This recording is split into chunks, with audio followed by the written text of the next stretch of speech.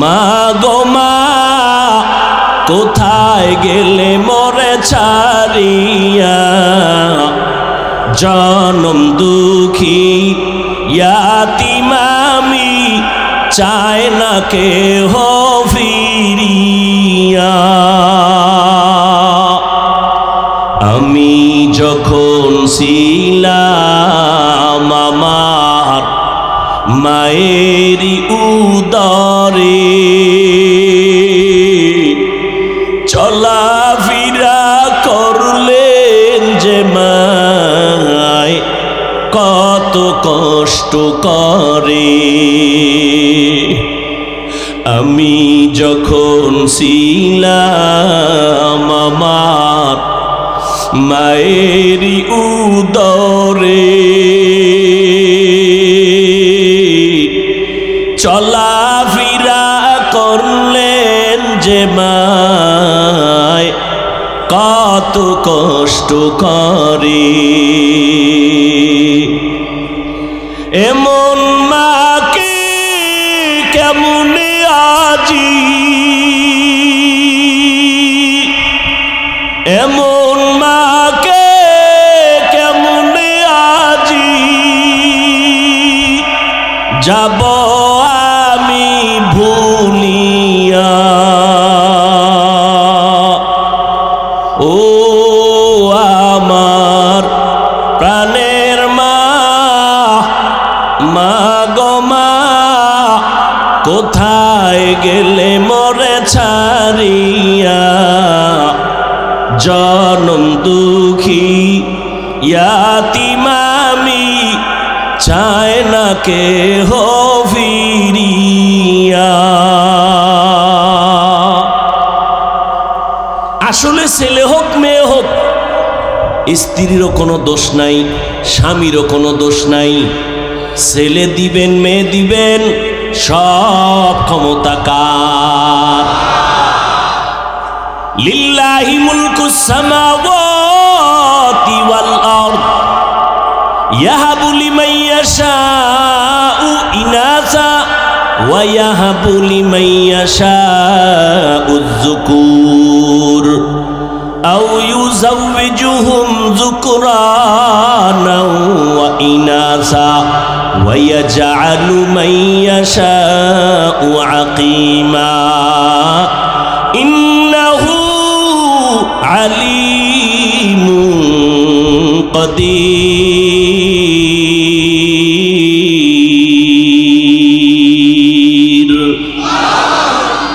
আল্লাহ বলেন আসমান জমিনের মালিক আমি আল্লাহ, ক্ষমতা আমার। আমি কাউকে ছেলে দেই, কাউকে মেয়ে দেই, কাউকে দোনোটা দেই, কাউকে কোনোটাই দেই না। ক্ষমতা কার?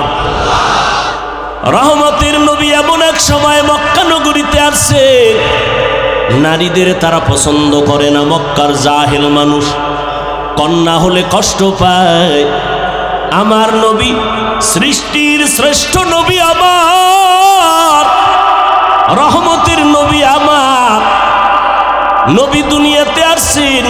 আল্লাহ তাআলা নবীর মাধ্যমে আদর্শ তৈরি করে দিলেন। নবীজির বয়স মাত্র 25। বিশ্ব নবী হিসাবে তার কতটা শক্তি আল্লাহ দান করেছেন। দুনিয়ার সামান্যতম লোভ আমার নবীর মধ্যে নাই, কারণ রব্বে কারীম আমার নবীকে কুদরতিভাবে অপারেশন করেছেন জীবনে 4 বার, যেটাকে ওপেন হার্ট সার্জারি বলা হয়। আল্লাহর নবী বলেন, জিব্রাইল আমিন আসছেন, বাইতুল্লাহর পার্শ্বে আমাকে চিৎভাবে শোয়াইছেন, আমার বুকটাকে আলাদা করলেন, চিরলেন, মাঝখান থেকে কলবটাকে বের করলেন, স্বর্ণের পেয়ালার মধ্যে রাখলেন, ঝমঝমের পানি দিয়ে ধুইলেন, আবার কলবটা ভেতরে দিয়ে চাপ দিলেন। আগের মতো হয়ে গেল, আমি জিন্দা সুস্থ হয়ে গেলাম। রক্ত গেল না, সেলাই লাগলো না, ব্যথাও পেলাম না। এইভাবে কুদরতের অপারেশন ওপেন হার্ট সার্জারি রব্বে কারীম আমাকে করেছেন 4 বার। কয়বার করেছেন? রহমতের নবী, আল্লাহ তাকে আগের থেকে তৈরি করলেন। আব্বার গরমে গরম, বাবার ক্ষমতায় সন্তান গরম, মায়ের পাওয়ারে সন্তান গরম। আল্লাহ কয় নবী এই কোনো দোষ যেন আপনার গায়ে না লাগে। আমি আপনাকে দুনিয়াতে যাওয়ার আগে আপনার বাবারে মাইনাস করে দিলাম, অল্প বয়সে আমি মাকেও মাইনাস করে দিলাম।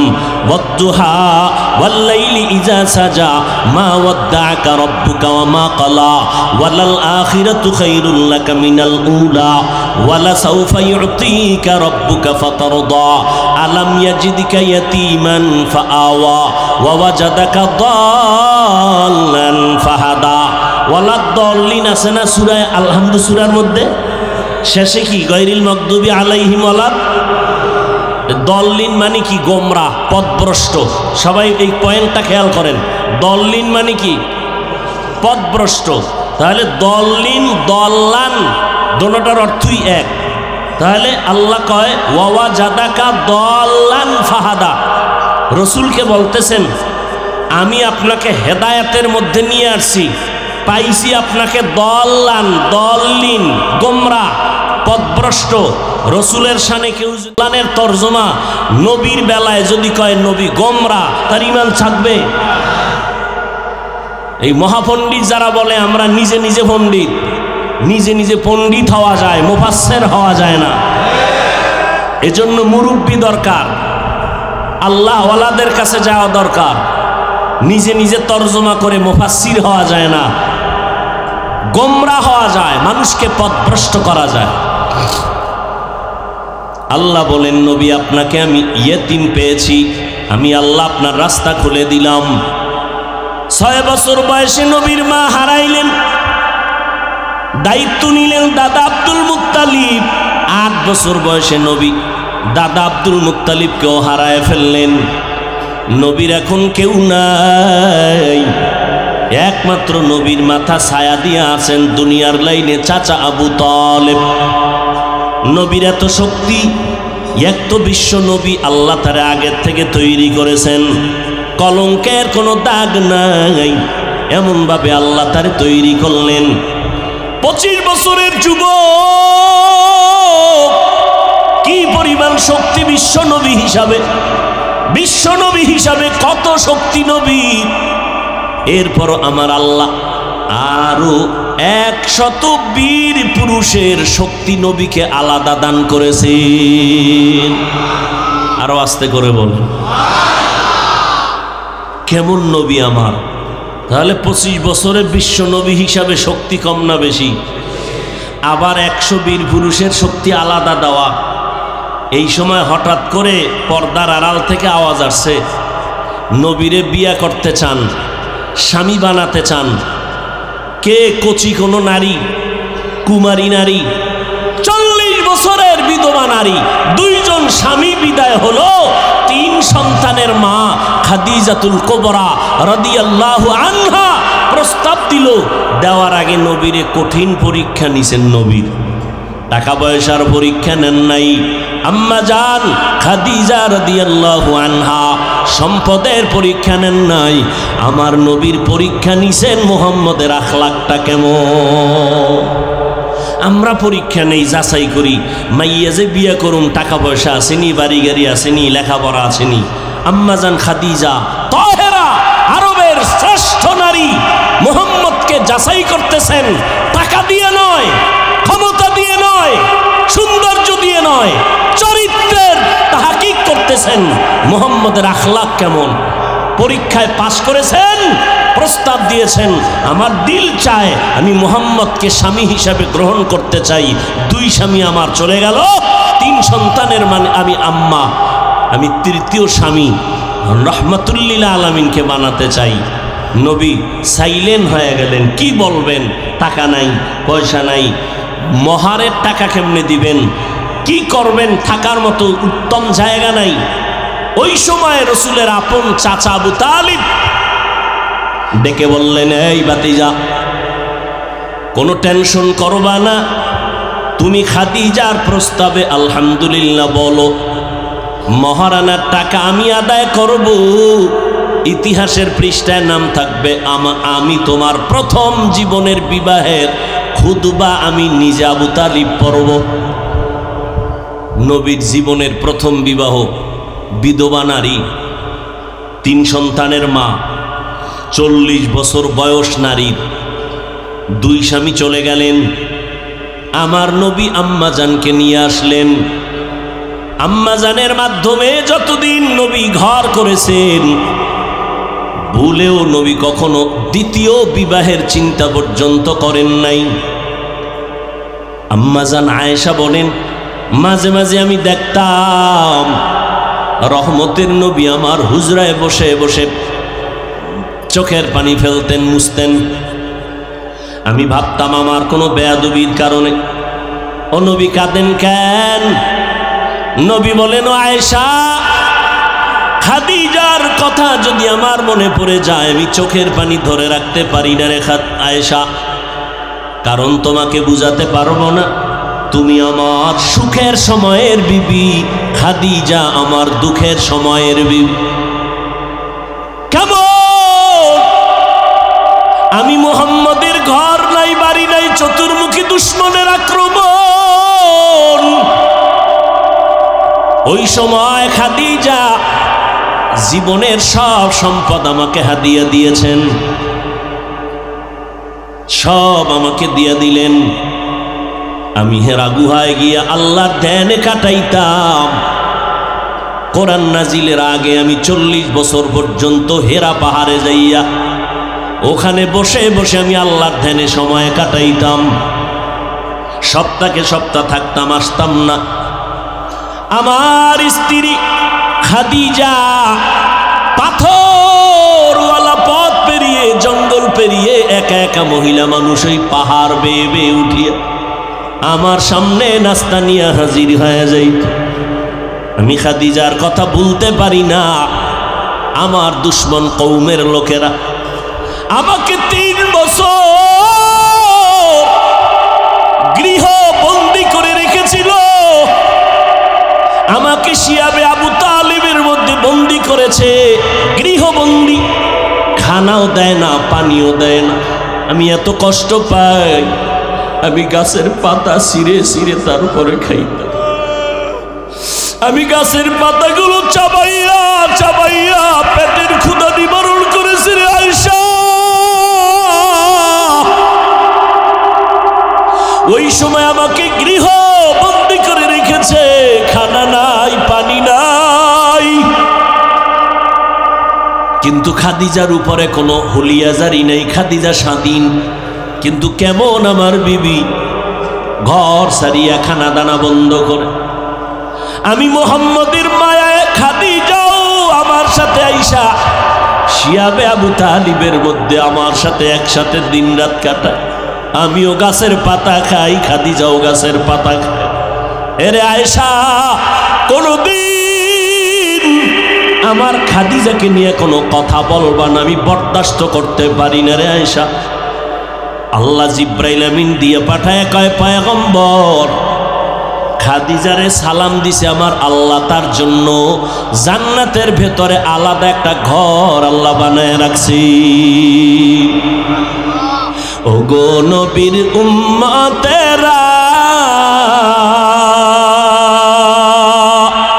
হয়ে আজি দিশাহারা, কোরআন হাদিসের চলো যখন যাহা চায় মনে, নবী বিনে কে তারাবে পুলসিরাত মিজানে, নবী বিনে কে তারাবে পুলসিরাত মিজানে। উম্মতের কান্ডারি নবী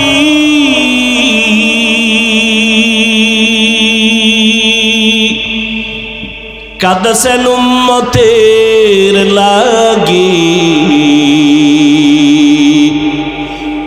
এখনো কাঁদেন নবীজি শুয়ে মদিনার পানে, নবী বিনে কে তারাবে পুলসিরাত মিজানে, নবী বিনে কে তারাবে পুলসিরাত মিজানে। এরে পর্দার আড়ালের আম্মা জানেরা, আপনাদের কত সম্মান আমার আল্লাহ বাড়াইছেন। কিয়ামত পর্যন্ত দুনিয়া দুনিয়ার কেউ নারীদের সম্মান আলাদা করে বাড়াতে পারবে না। যত রাস্তা আছে সব রাস্তায় আল্লাহ বাড়ায় রাখছেন। এরপরেও যদি কোনো বেঈমান কোনো মুনাফিক বলে ইসলাম নারীর অধিকার দেয় না, আমরা বাড়াবো, আল্লাহর কসম কিয়ামত পর্যন্ত যদি অপচেষ্টা করে নারীর সম্মান বাড়াতে পারবে না, বরং নারীরা হবে ওই মুনাফিকের কারণে আরো অপমান। এরে আম্মা জানেরা, আপনারা নবীদের মায়ের মতো মা, সাহাবায়ে কেরামের মায়ের মতো মা, আপনারা আলেমদের মায়ের মতো মা। আজকে মুলাদির এই মাদ্রাসার স্টেজে 4-5টা সন্তানের মাথায় পাগড়ি দেওয়া হলো, এরা কোরআনের হাফেজ। এদের মা বাবার জীবনটা কত ধন্য। এরে আম্মা জান, মনটা কি চায় না একজন কোরআনওয়ালার মা হইয়া কবরে যাবে? কোরআনওয়ালা সন্তান আপনার জানাজার ইমামতি করুন। কোরআনওয়ালা সন্তান কবরের কিনারায় দাঁড়ায় মায়ের জন্য প্রাণ খুলে দোয়া করবে। এর আম্মা জান, বিধবা নারীকে নবী বিয়া করে গোটা দুনিয়ার বেঈমানদের জানায় দিলেন, এই জাহেল গোষ্ঠীরা, তোরা বলো নারীদের অসম্মান নাই, আমি মুহাম্মদ আমার ভরা যৌবনে 25 বছর বয়সে 40 বছরের বিধবা নারীকে বিবাহ করার মাধ্যমে আমি প্রমাণ করে দিলাম ইসলাম সারা নারীর সম্মান আর কেউ দিতে পারে নাই। শুধু কি তাই, এই আম্মাজান খাদিজা রাদিয়াল্লাহু আনহার গর্ভ থেকে আমার রহমতের নবীকে আল্লাহ 4টা কন্যা দিয়েছেন। কয় কন্যা? নবীর ছেলে নাই। এই দুনিয়ার জাহেলেরা কন্যা সন্তান পাইলে মনে কষ্ট পাও। আল্লাহ পাক নবী বলেন, ও দুনিয়ার মানুষ, আমি মুহাম্মদ বিশ্ব নবী, শ্রেষ্ঠ নবী, রহমতের নবী, আমার কোনো ছেলে নাই, আমি 4 কন্যার বাবা।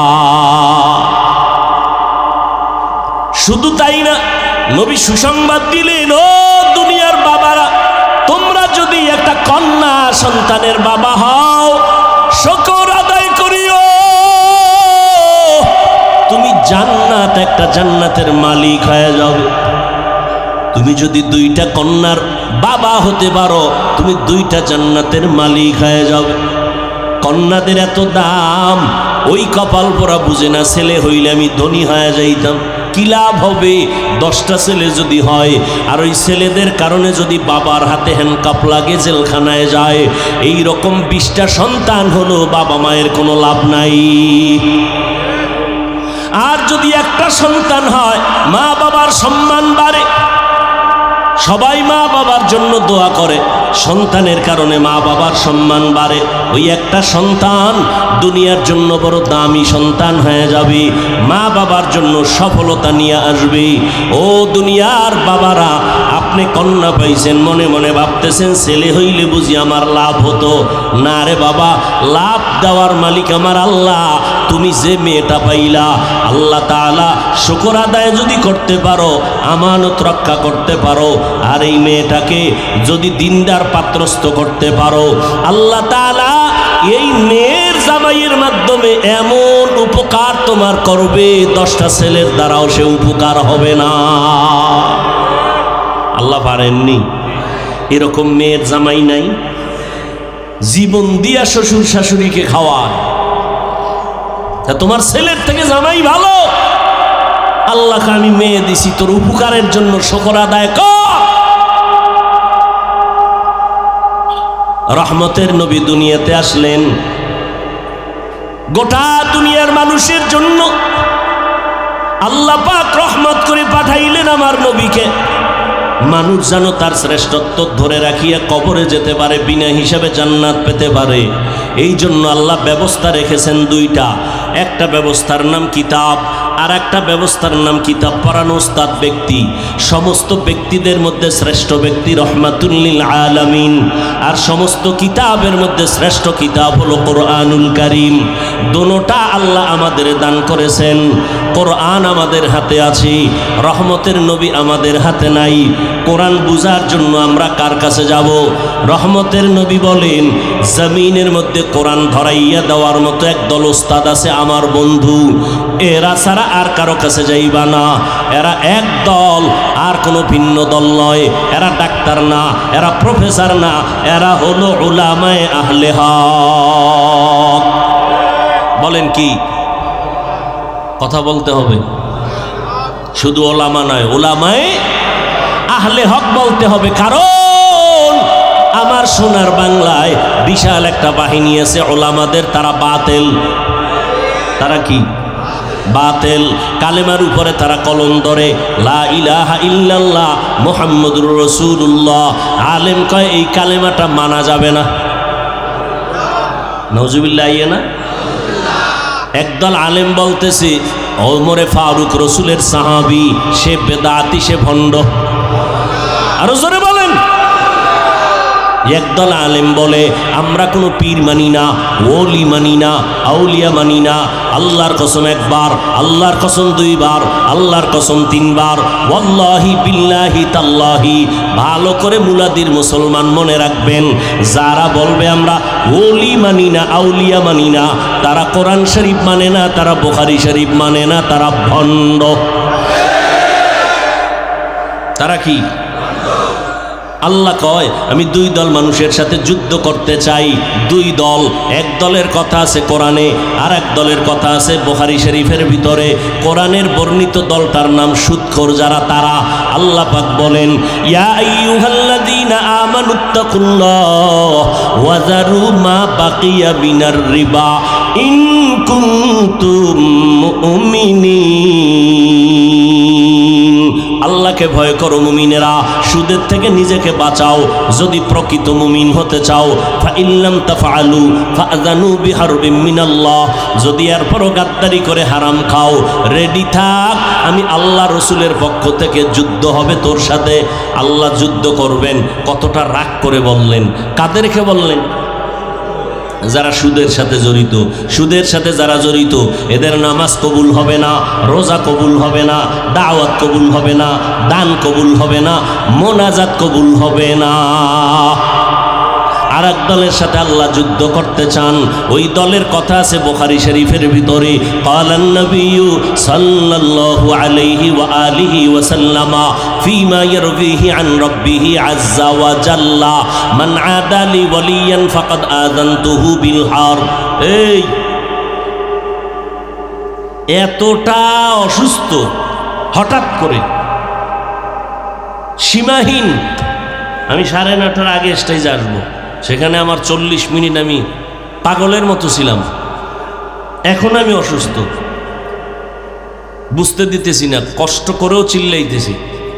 শুরুতেই অনেক পাও হাত ধরে কিন্তু বুঝাইছি, উঠলে আমি মোনাজাত দিয়ে দেব। হাত দুইটা উপরে উঠাই ফেলুন, শেষ।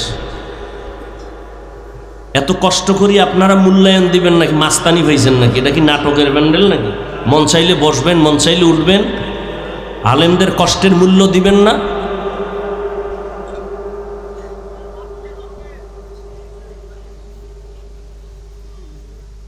আপনার উঠার ব্যারাম থাকলে ভিতরে ঢুকছেন কেন? প্রতি বছর না বলি?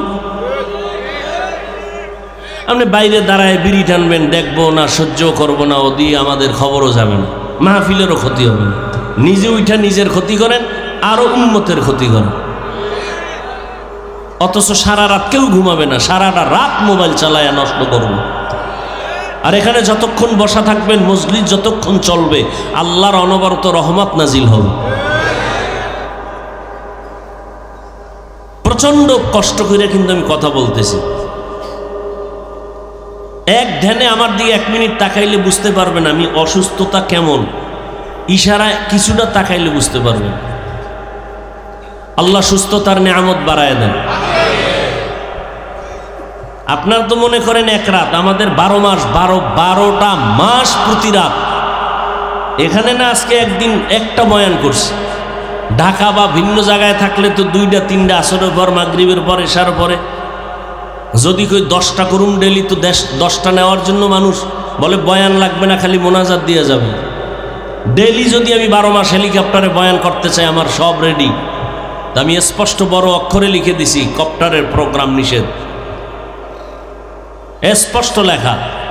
এরপরও টাকাওয়ালারা টাকা খরচ করার জায়গা পায় না, তো একজনে যদি সব টাকা দেয়, দিনের স্বার্থে একটু খরচ করুক, সেই স্বার্থে যাই। 3.5 লাখ টাকা দিয়ে ভোলা নিছে তারা, ভাড়া দেওয়া লাগছে হেলিকপ্টারের অ্যাকাউন্টে 3.5 লাখ, ও টাকা তাদের অ্যাকাউন্টে পাঠিয়ে দেওয়া লাগছে। হিসাবে হাদিয়া আমার তেমন দেয় নাই, ওদিকে পরোয়াও করি না। যে সমস্ত মানুষ আমার হাদিয়া নিয়ে সমালোচনা করে, এরা সবগুলো কবিরা গুনাহ করে, সবাই কবিরা গুনাহ করে। তওবার আহ্বান করব আমি। শুধু শুধু সমালোচনা করে গুনাহগার হন কেন? কি এত শখ লাগে গুনাহ করতে না? আর একজনের সমালোচনা করে গুনাহ করতে মজা লাগে? জীবনে বেঈমানি আর বেয়াদবি করি না, আজও সঠিক রাস্তায় আছি। এ কারণে হাজারো তুফানের মাঝে আল্লাহ আজও সম্মানের সাথে টিকায় রাখছেন। সারা দুনিয়া এক হয়ে গেল, কোনো পরোয়া করি না। যদি ইখলাস নিয়ে থাকি, আল্লাহ আরো সম্মান বাড়াবেন ইনশাআল্লাহ।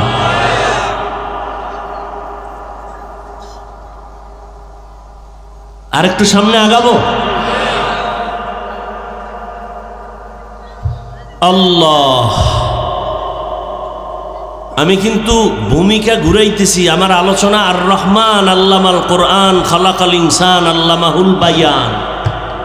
আমার আলোচনার থিম সেখানে, আমি ঘুরাইয়া ভিতরে ঢুকতেছি, ভূমিকা টানতেছি।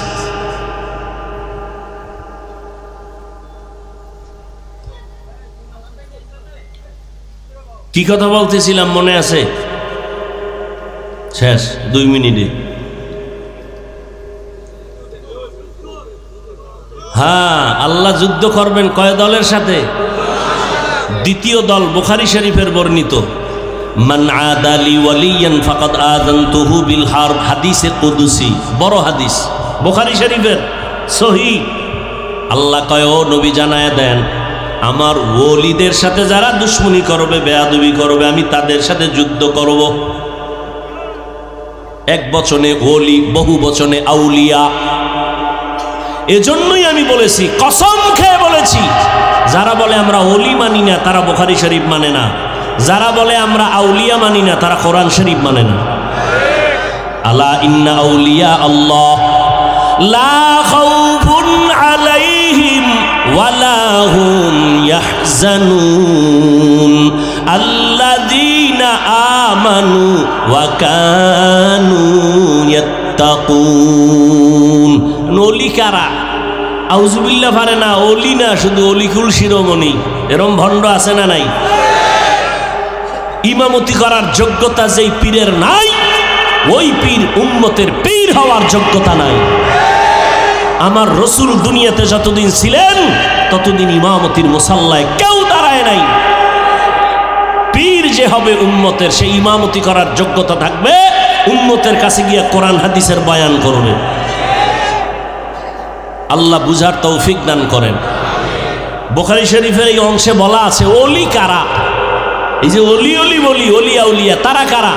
কোরআনে বলছে অলিদের গুণ 2টা, আউলিয়া যারা হবেন 2টা। 1 নাম্বার, তোর একদল মাওলানারা বের হয়েছে, চিল্লাইয়া কয় এত নফল ইবাদত লাগে না, আছে না নাই? আরে মেয়ে, 5 ওয়াক্ত নামাজ যারা পড়েন, এটা কিন্তু বাহাদুরির কিছু না, কারণ এটা আমার দায়িত্ব, আমার ডিউটি। 5 ওয়াক্ত ছাড়া যদি ওভার কোনো আমল করতে পারেন, আলাদা ইশরাক, তাহাজ্জুদ, আউয়াবিন, চাষ, এটা না আপনার ক্রেডিট, বাহাদুরি, যে আল্লাহ আমার দায়িত্বের নামাজ ছাড়া আলাদা তোমার জন্য এটা করছি। এটা হলো কামিয়াবি, সফলতা। 5 ওয়াক্ত নামাজ পড়েন, এটা আপনার কামিয়াবি না, এটা আপনার বাহাদুরি করার কিছু নাই। এটা আল্লাহর পক্ষ থেকে আপনার উপরে দায়িত্ব, আপনি আদায় করতেছেন। এ সারা যদি এক্সট্রা আরো কিছু করেন, এইটা হলো আল্লাহর জন্য, এটা হলো বাহাদুরির কারণ, যে আল্লাহ আমি রাত্রে তোমারে ডাকি, অতি গভীর হয় রজনী যখন নীরবে প্রভুর নাম জপিও তখন, প্রভুর করুণা যদি পাইবারে চাও, গভীর রাতে উঠে প্রভুর গুণগান গাও। বান্দা ফজরের সময় আল্লাহর কাছে চায়, জোহরের সময় চায়, আসরের সময় চায়, আল্লাহর কাছে মাগরিবের সময় চায়, এশার সময় চায়। আল্লাহ কয় দেওয়ার একটা টাইম আছে, তুই সব সময় চাইলে দিব না। চেয়ারম্যান সাহেব, আমার মাদ্রাসায় 1 টন গম 1 টন চাল লাগবে। চেয়ারম্যান বলবে তুমি যখন আইবা তখন ততবার দিব। নিয়ম এরকম নাকি?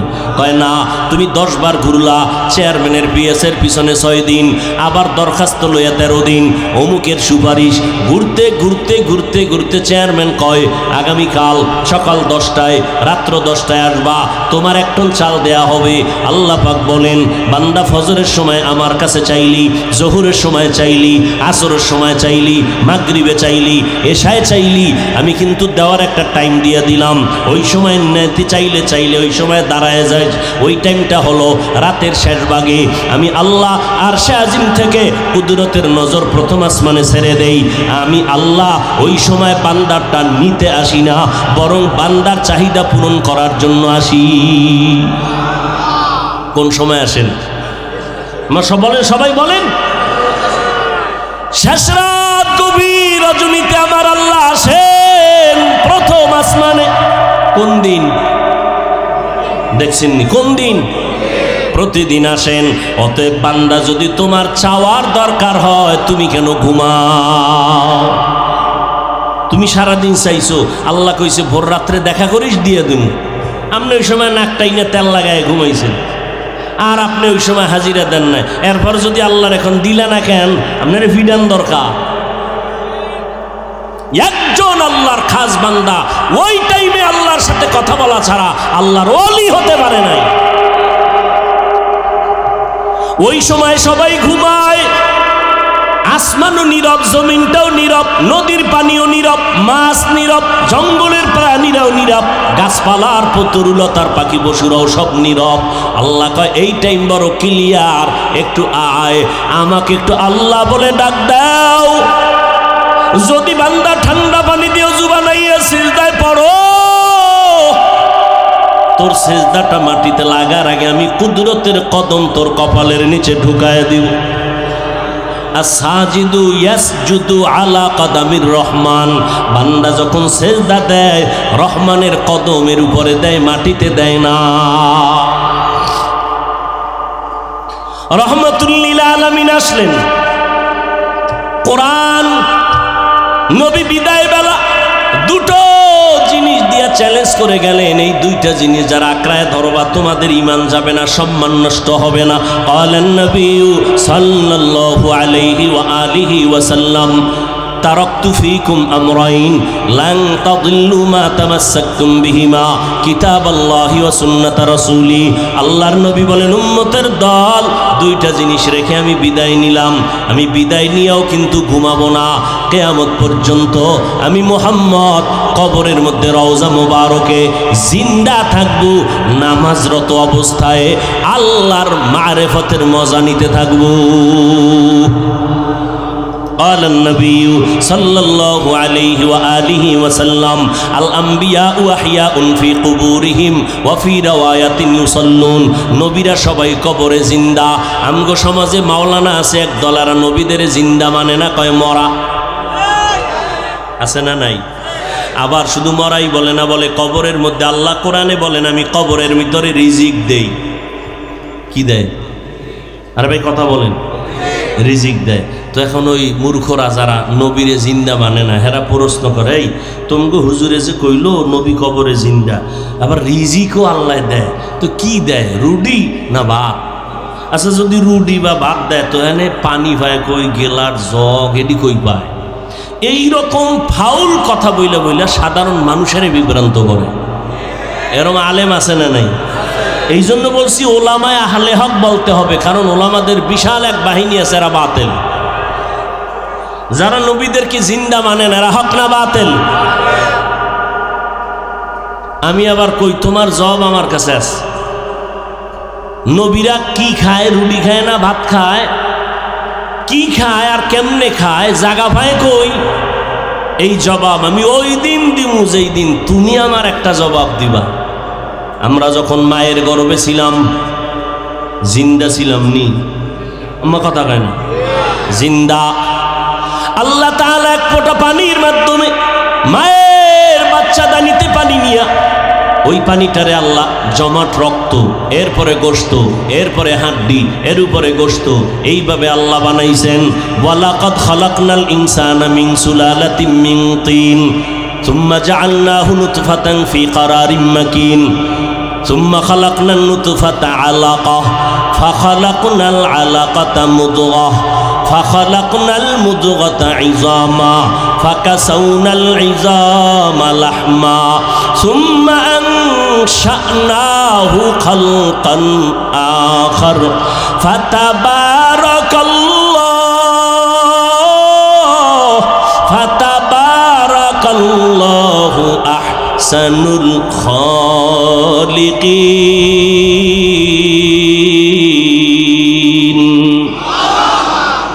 আল্লাহ তাআলা বলেন আমি এইভাবে করে করে একটা স্ট্রাকচার তৈরি করি। এ বান্দা তাকায় দেখ, প্রথম জমিন থেকে প্রথম আসমান 500 বছরের দূরত্ব, একটা আসমান মোটা 500 বছরের দূরত্ব, এক আসমান থেকে আর এক আসমানের মাঝখানে খালি জায়গা 500 বছরের দূরত্ব। এইভাবে 7টা মহাশূন্য, 7টা আসমান আমি বানাইছি, 7টা জমিন বানাইছি। ফি সিত্তাতি আইয়াম, মাত্র 6 দিন। 6 দিনে আল্লাহ বানাইলেন। তাকায় দেখ, এত বিশাল আসমান আল্লাহ সেট করেছেন, নিচের থেকে একটা খুঁটিও নাই, উপর থেকে কোনো রশির টানাও নাই, অথচ এই ছোট্ট একটা প্যান্ডেলে কি পরিমাণ খুঁটি দিছে। ডেকোরেশনওয়ালারা কয় আরো পারলে আরো দিমু, ঠিক নি? এরপরও ভয়, রশি দিয়া টানা দেয়, বাঁশ দিয়া টানা দেয়। আমার মাওলা কেমন কুদরতের মালিক! এত বিশাল 7টা আসমান আল্লাহ বানাইছেন, 7টা জমিন বানাইছেন। আল্লাহ তাআলা খুঁটি ছাড়া টানায় রাখছেন, নড়াচড়াও করে না, বেয়াদবিও করে না। এর ভিতরে কত নক্ষত্র আল্লাহ টানায় রাখছেন। আল্লাহ কয় মাত্র 6 দিনে বানাইলাম এত বিশাল আসমান 7টা, জমিন 7টা, 7টা মহাশূন্য কয় দিনে বানাইছেন? আর আপনার আমার মতো বান্দা এক ফোঁটা পানির থেকে আম্মাজানের গর্ভের মধ্যে বানাইতে, আমার মতো বান্দাটারে বানাইতে সময় লাগাইলেন 6 মাসের মতো।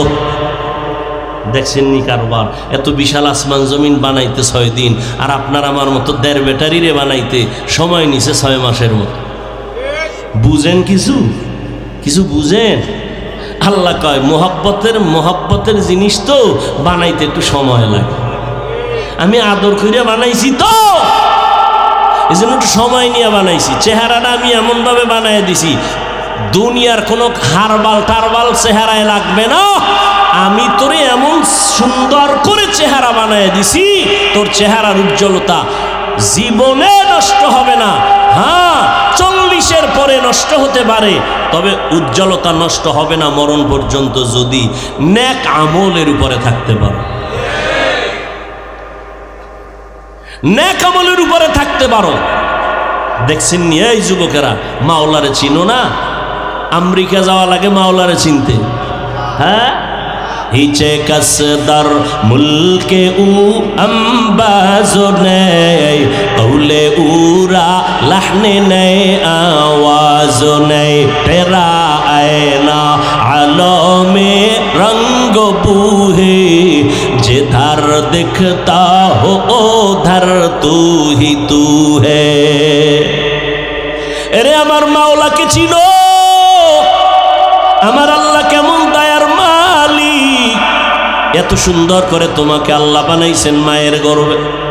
এই মায়ের গর্ভে আল্লাহ সুন্দরভাবে স্ট্রাকচার বানায় রুহু দান করছেন। এবার আমার নড়াচড়া শুরু হয়ে গেছে। আম্মাজানের গর্ভের মধ্যে আল্লাহ আলাদা প্যাকেট বানাইছেন, এক বিন্দু অক্সিজেন যেন আমার ভিতরে না যায়, একটু বাতাস ঢুকলে আমার ক্ষতি হবে। আল্লাহ কাভারিং করে ফেললেন, প্যাকেটের উপরে প্যাকেট, প্যাকেটের উপরে প্যাকেট, প্যাকেটের উপরে প্যাকেট। এইবার পেটে ক্ষুধা লাগছে, আব্বা জান আমার ক্ষুধার খবর জানে না, আম্মাও জানে না। রব্বে কারিম আমার জবানটারে নাপাক রক্ত লাগান নাই, আম্মাজানের নাবির সাথে আমার নাবিতে তার লাগাইয়া আমার পেটের ক্ষুধা নিবারণ করেছেন। ও আল্লাহর বান্দা, আমার মায়ের গর্ভে আমরা যখন জিন্দা ছিলাম আল্লাহ পাক আমগো রিজিক দিয়েছেননি?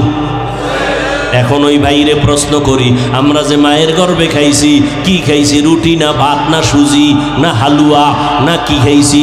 প্লেট কই খাইছি, গ্লাস কই খাইছি, পানি কই খাইছি? এই জবাব যেদিন দিবা ওই দিন আমি জবাব দিব নবীরা কেমনে খায়। আকেলারা পেশা খামুশি বুয়াদ, পেশায় জাহেল ফারামুশি বুয়াদ। আকলমানরা কথা কম কয়, জাহেল বক বক করে বেশি বেশি, প্রশ্ন লাগে না সেখানেও প্রশ্ন। জাহেল অনর্থক প্রশ্ন করে মানুষকে বিভ্রান্ত করে। আকলমানরা বেশি কথা বলে না। আমার নবী উম্মতের হেদায়েতের জন্য আল্লাহ কোরআন দিলেন, আমার নবীও হেদায়েতের জন্য দাওয়াতের কাজ করলেন। ও নবীর উম্মতের দল, আল্লাহর নবী দুই জিনিস রেখে গেলেন, কোরআন আর রসুলের সুন্নত। এই দুই জিনিস যারা আঁকড়ায় ধরবে তাদের সম্মান যাবে না, তাদের ঈমান যাবে না। আল্লাহ পাক রব্বুল আলামিন বলে, রে বান্দা, আমি দুনিয়াতে মানুষ বানাইলাম, শ্রেষ্ঠত্বের মর্যাদা দিলাম। আর রহমান আল্লামাল কোরআন, আমি এমন রহমান ও বান্দা, আমি কোরআন শিখাইলাম। খালাকাল ইনসান, মানুষ বানাইলাম। আল্লামাহুল বায়ান, আমি তোমাদের বয়ান শিক্ষা দিলাম। নবী কোরআন পাইয়া উম্মতের সামনে তেলাওয়াত করে আল্লাহর ইবাদত করো, আবার কয় রহমানের ইবাদত করো। মুশরিকরা কয়, এই মুহাম্মদ একবার আল্লাহর কথা কও, আবার একবার তুমি রহমানের কথা কও। তোমরা আল্লাহ কয়জন? কয় আল্লাহ তো একজন। কথা একবার কও আল্লাহর ইবাদত করো, একবার বলো রহমানের ইবাদত করো। মানির রহমান, রহমানকে তুমি যে খালি একবার এক এক কথা বলো, আসলে হাকিকত কি? রহমানকে প্রশ্ন করলো। আল্লাহর নবী কয় জবাব আসতেছে। আল্লাহ রহমানের পরিচয় দিয়া আয়াত নাজিল করে দিলেন সূরাতুর রহমানে। ও নবী জানায় দেন রহমানকে। রহমান হলেন তিনি, কোরআন শিখাইলেন যিনি, মানুষ বানাইলেন যিনি। খুব খেয়াল করবেন পয়েন্ট। আল্লাহ বলেন রহমান হলেন তিনি, মানুষ কোরআন শিখাইলেন, এরপরে মানুষ বানাইলেন। আমরা দেখি উল্টা, আমরা আগে দুনিয়াতে আসছি, এরপরে কোরআন শিখছি। তাহলে কথাটা তো এমন হবে, আর রহমান খালাকাল ইনসান আল্লামাল কোরআন, আগে আল্লাহ মানুষ বানাইছেন, পরে কোরআন শিখাইছেন। আল্লাহ কয় না, আমার সিস্টেম উল্টা, আমি আগে কোরআন শিখাইছি, তারপরে মানুষ বানাইছি। আল্লাহ উল্টা বললেন কেন? ফেলুল হাকিম লা ইয়াখলু আনিল হিকমা, হাকিমের কথা হিকমত থেকে খালি না, হাকিমের কাজ হিকমত থেকে খালি না, জ্ঞানীদের কাজ জ্ঞান থেকে শূন্য না। আল্লাহ উল্টা বললেন কেন? আমাদের বুঝার অভাব। মুফাসসিরিনে কেরাম এবার সমাধান দিচ্ছেন। মুফাসসিরিনে কেরাম বলেন, আল্লাহ যে বললেন আমি আগে কোরআন শিখাইছি, পরে মানুষ বানাইছি, কেন বললেন? আল্লাহর আদালতে সব মানুষের দাম নাই, আল্লাহর কাছে সব মানুষের মূল্য নাই। তাহলে কয় দল আছে মানুষ? কয়েক দল হলো বংশগত মানুষ, আদমের বংশে, আর এক দল জন্মগত মানুষ, আর এক দল মানুষ আছে গুণগত মানুষ, গুণের মানুষ। আল্লাহর কাছে বংশগত মানুষের মূল্য নাই, জন্মগত মানুষের মূল্য নাই। আল্লাহর আদালতে গুণের মানুষের দাম। আল্লাহ তাআলা বলেন আমি গুণের মানুষগুলোকে বিনা হিসাবে জান্নাত দিয়ে দিব। আল্লাহর কাছে কোন মানুষের দাম? এই কষ্ট হইতেছে না? বলেন আল্লাহর কাছে কোন মানুষের দাম? গুণের মানুষের দাম। বংশগত মানুষের দাম নাই, জন্মগত মানুষের দাম নাই। এবার বুঝার দরকার গুণের মানুষ কারে বলে। উদাহরণটা ভালো করে বুঝেন। মাইকওয়ালা মাইক বানানোর সময় বানাইছে আওয়াজ দেওয়ার জন্য। গুণ কাকে বলে? যেই জিনিসটা যেই কাজের জন্য বানানো হয় ওই কাজটা ওই জিনিসের গুণ। মাইকওয়ালা মাইক বানাইছে কেন? আওয়াজ দেওয়ার জন্য, আওয়াজ দেওয়া মাইকের গুণ। বাতিওয়ালা বাতি বানাইছে কেন? অন্ধকার দূর হবে, আলো দিবে, আলো দেওয়া বাতির গুণ। পাখাওয়ালা পাখা বানাইছে কেন? বাতাস দেওয়ার জন্য, বাতাস দেওয়া পাখার গুণ। ঘড়িওয়ালা ঘড়ি বানাইছে কেন? টাইম দেওয়ার জন্য, সঠিক টাইম দেওয়া ঘড়ির গুণ। মাইক যদি আওয়াজ না দেয় গুণের মাইক না, ফালায়া দাও। বাতি যদি আলো না দেয় বাতি ভেঙ্গে ফেল, গুণের বাতি না। পাখা যদি বাতাস না দেয় ভেঙ্গে ফেলো, এটা গুণের পাখা না। গুণ কাকে বলে? যেই জিনিসটা যেই কাজের জন্য বানানো হয় ওই কাজটাই হলো ওই জিনিসের গুণ। মাইকের গুণ কি বলেন? বাতির গুণ কি? ঘড়ির গুণ কি? পাখার গুণ কি? বাতাস দেওয়া। তাহলে বোঝা গেল যেই জিনিসটা যেই কাজের জন্য বানায় ওই জিনিসটাই হলো, ওই কাজটাই হলো ওই জিনিসের গুণ। মাইকওয়ালা মাইক বানানোর সময় বানাইছে আওয়াজ দেওয়ার জন্য। এবার বুঝেন আল্লাহ মানুষ কেন বানাইছেন? বিড়ি টানার জন্য, মোবাইল চালাবার জন্য। ওয়ামা খালাকতুল জিন্না ওয়াল ইনসা ইল্লা লিয়াবুদুন। মা খালাকতুল জিন্না ওয়াল ইনসি বাখা জুজ ইবাদত নিস্তে মাকসুদ আজ্জাহা। আল্লাহ বলেন আমি মানুষ কেন বানাইছি জানোনি? ইবাদতের জন্য। কি জন্য বলেন? ইবাদতের জন্য। আল্লাহ মানুষ বানাবার আরেকটা কারণ আর আয়াতে বলেন আল্লাযী খালাকাল মাউতা ওয়াল হায়াতা লিয়াবলুয়াকুম আইয়ুকুম আহসানু আমালা। আমি আল্লাহ মানুষ বানাইছি আমলের পরীক্ষা নেওয়ার জন্য। আল্লাহ তাআলা মানুষ বানাইছেন ইবাদতের জন্য। তাহলে প্রমাণ কি? যেই জিনিসটা যেই কাজের জন্য বানায় ওই কাজটা হলো ওই জিনিসের গুণ। মানুষ বানাইছেন কোন কাজের জন্য? ইবাদত। বলেন এবার মানুষের গুণ কি? ইবাদত করা মানুষের গুণ। কিন্তু বান্দা তুমি ইবাদতটা কেমনে করবা? নিয়ম শিখা লাগবে। নিয়ম ছাড়া ইবাদত করতে পারবা না। নিয়মটা জানার জন্য কোরআন লাগবে। বলেন বলেন। নিয়ম জানার জন্য কি লাগবে? কোরআন। কোরআন বুঝতে হলে হাদিস লাগবে। হাদিস বুঝতে হলে আলেম লাগবে। অতএব তুমি আলেমের কাছে যাইয়া কোরআনটা শিখো। কোরআন শিখা সেই নিয়মে তুমি ইবাদত করো, তাহলেই তুমি গুণের মানুষ। আল্লাহ এই দিকে ইঙ্গিত করে বলেন আমি আগে গুণের মানুষ বানাই নাই, আমি আগে কোরআন শিখাইছি তারপরে গুণের মানুষ বানাইছি। যারা কোরআন শিখিয়া ইবাদত করবে তারা গুণের মানুষ, আর তাদের জন্য বিনা হিসাবে জান্নাত।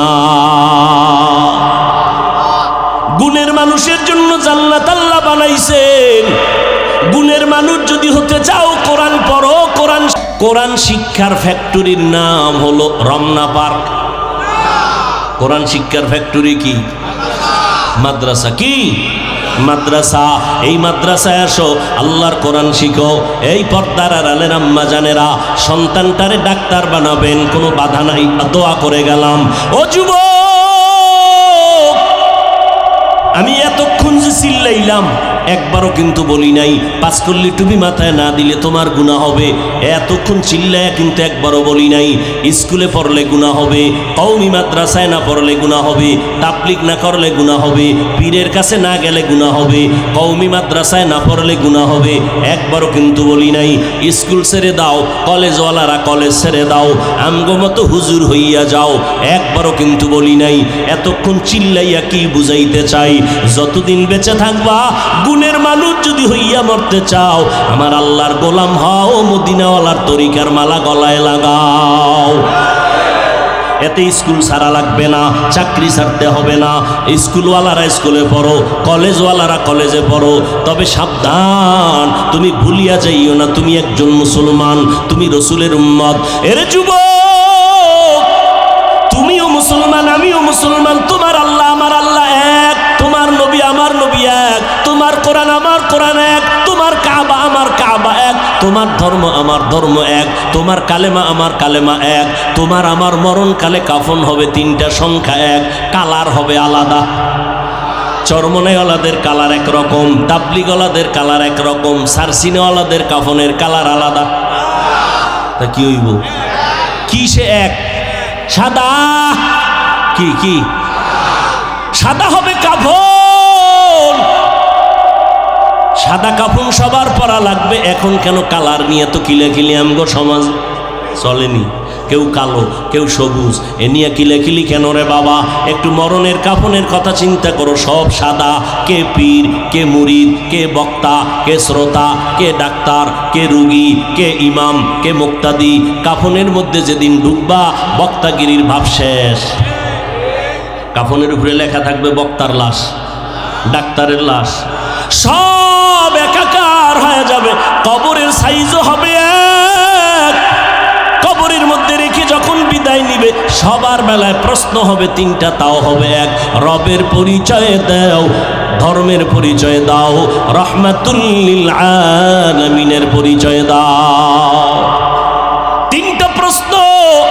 দুনিয়াতে ছেলে মেয়েরা পরীক্ষা দেয়, প্রশ্নপত্র ফাঁস যদি হইয়াই যায় ছেলে মেয়েরা খুশি, কিন্তু সরকারি আইনে তার দণ্ডনীয় অপরাধ। কিন্তু আমার মাওলার নিজাম আর সিস্টেম কি? আল্লাহ প্রশ্নপত্র ফাঁস করে দিলেন, নবীরে পাঠাইয়া কয় সবাইরে প্রশ্ন বারবার স্মরণ করাও, আলেমরে কয় বারবার স্মরণ করাও। প্রশ্নপত্র সবার বেলায় তিনটা, কবরের প্রশ্ন তিনটা, রবের পরিচয় দাও, ধর্মের পরিচয় দাও, রাহমাতুল লিল আলামিনের পরিচয় দাও। তিনটা প্রশ্ন ফাঁস করে দিছেন। এরপরও যদি জবাব দিতে না পারেন কবরে ওরে ফিডা রে ফিডা, কঠিন ফিডা হবে। আল্লাহ পাক বলবে রে ধরার মতো ধর। দুই পার্শ্বের মাটিকে আল্লাহ বলবেন জোরে জোরে চাপ দাও। এত জোরে চাপ দিবে পাজরের হাড়গুলো চুরমার হয়ে যাবে। কান্না করেও লাভ হবে না রে যুবক। একটা বেতের বাড়ি সইতে পারি না, রাতের বেলা ঘুমাইতে গেলে মশার কামড় সইতে পারি না, মশারি টানায় ঘুমাই। আর গুনাহগার হইয়া কবরে গেলে পোকামাকড়ের কামড় কই পাবি? মশারি। ওই কবরের মধ্যে কোনো মশারির আয়োজন নাই। এক জাররা পরিমাণ গুনাহ নিয়ে গেল তোমার শাস্তি কঠিন ভাবে হবে। এরে আল্লাহর গোলাম, তুমিও মুসলমান আমিও মুসলমান, তুমিও নবীর উম্মত আমিও নবীর উম্মত, তুমিও কোরআন মানো আমিও মানি, কিন্তু দুঃখ লাগে আমি আজকে টুপি মাথায় না দিলে লজ্জা লাগে। আর তুমি কেমন মুসলমান, তুমি টুপি মাথায় দিলে লজ্জা লাগে। আমি দাড়ি কাটতে লজ্জা পাই, তুমি দাড়ি রাখতে লজ্জা পাও। আমি মসজিদে না ঢুকলে লজ্জা পাই, তুমি মসজিদে ঢুকতে লজ্জা পাও।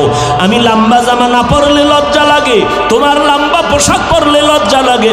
আমি বেপর্দায় চললে লজ্জা পাই, তুমি পর্দায় চলতে গেলে লজ্জা পাও। চিন্তা করো তুমি কেমন মুসলমান। ও পর্দার আড়ালের আম্মা জানেরা, আল্লাহ সন্তান দিয়েছেন।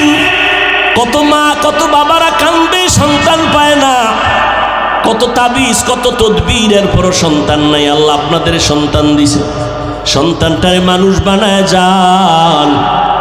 এই দুনিয়াতে সন্তান আদর্শ মানুষ হওয়ার ক্ষেত্রে মা বাবারও যথেষ্ট পরিমাণ অবদান রাখতে হবে। আম্মাজানের আদর্শ পায়ে কিন্তু সন্তান ভালো হয়। এরে ভাইজানেরা ও পর্দার আড়ালের মা বোনেরা, সন্তানটারে আদর্শ মানুষ বানায় যাবেন, ডাক্তার বানাবেন বাধা নাই, তবে আদর্শ কোরআনওয়ালা ডাক্তার বানাইয়েন। ইঞ্জিনিয়ার বানাবেন বাধা নাই, তবে কোরআনওয়ালা আদর্শ ইঞ্জিনিয়ার বানাবেন। আপনার সন্তানের ব্যবহারে যেন আলেমরা কষ্ট না পায়, আপনার সন্তানের আচরণে মুরব্বীরা যেন কষ্ট না পায়, আপনার সন্তানের ব্যবহারে যেন কোনো আপনজন কষ্ট না পায়। সন্তান ডাক্তার হবে, কোরআন পড়বে, মা বাবার জন্য দোয়া করবে। এরে আম্মা জান, আল্লাহ পাক আপনাদের এত মর্যাদা দিয়েছেন, সন্তানের জন্য দোয়া করবেন আর সে আজিমে চলে যাবে, এক সেকেন্ড দেরি হবে না। এরে আম্মা জানেরা, ও বিদ্যু বাবাজি, ওই ভালো সন্তান যদি চাও, গাছ ভালো লাগাও, ফল ভালো পাইবা। আম্মা জানের ঘরে আইনো ভালো মা, ঘরে আনো ভালো সন্তান পাইবা। ঘটনাটা আমি কালকেও ভোলায় বলেছি, আজকে একটু বলে যাই, বলবো। দুই ভাই, ছোট ভাই বড় হইয়া সময় মতো বিয়া করে ফেললো, বড় ভাই বিবাহ করে নাই।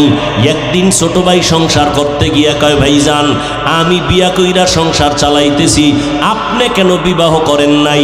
ভালো করে খেয়াল করো যুবকেরা। ওই ভাই বলে, ভাইজান আপনি কেন বিয়া করেন নাই? বড় ভাই ডাক দিয়া কয়, ছোট ভাই বিয়া তো করা দরকার ছিল, কিন্তু মনের মতো মাইয়া পাই না। ছোট ভাই মনে মনে ভাবলেন, মনে হয় যেন সুন্দরী মেয়ে চায়, লেখাপড়া করেনেওয়ালা, ডানা কাটা ভরি এবং সম্ভ্রান্ত পরিবারের।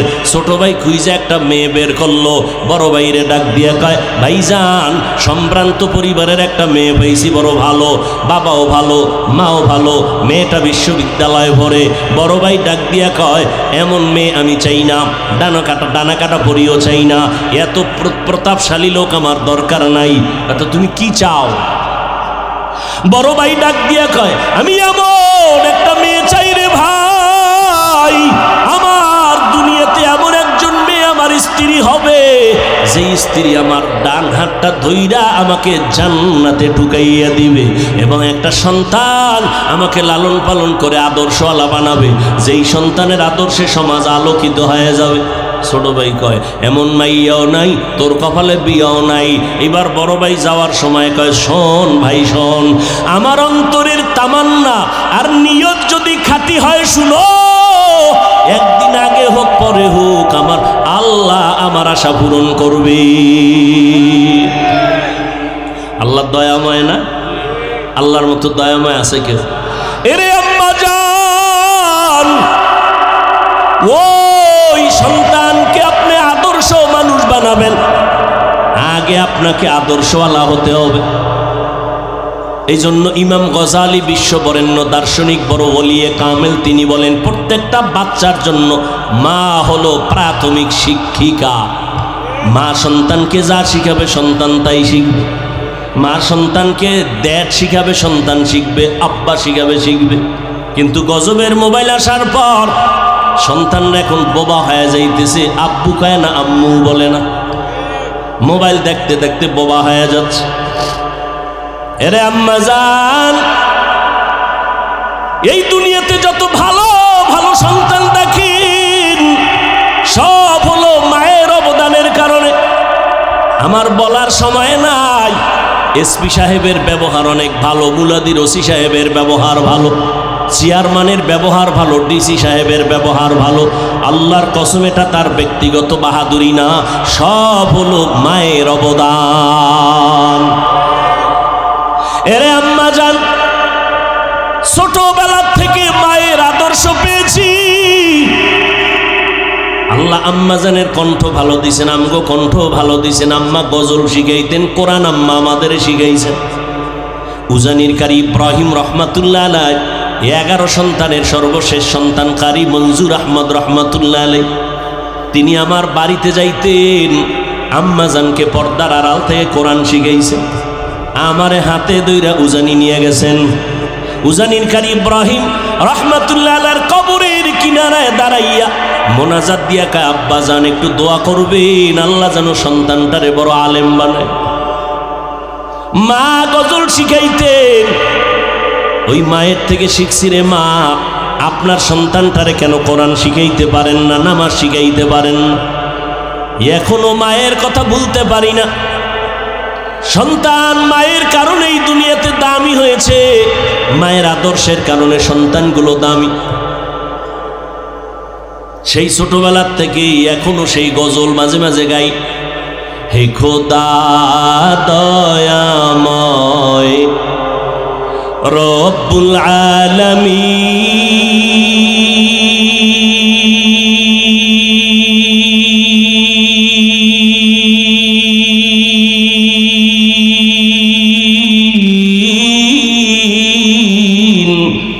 জীবনে মারণে ভয় কি হবে সেই দিন, হে খোদা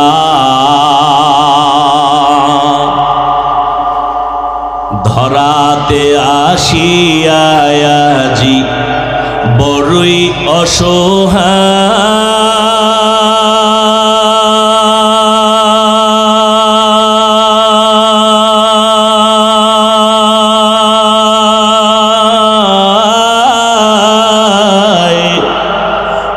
ইহকালের মায়া জালে অন্ধ যে সবাই,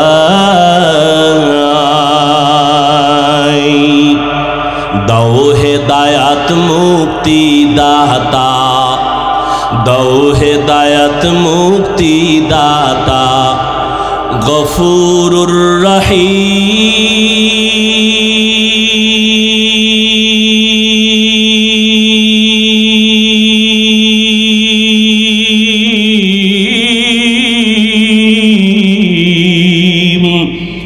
জীবনে মারণে ভয় কি হবে সেই দিন, হে খোদা, হে খোদা দয়াময় রব্বুল আলামিন।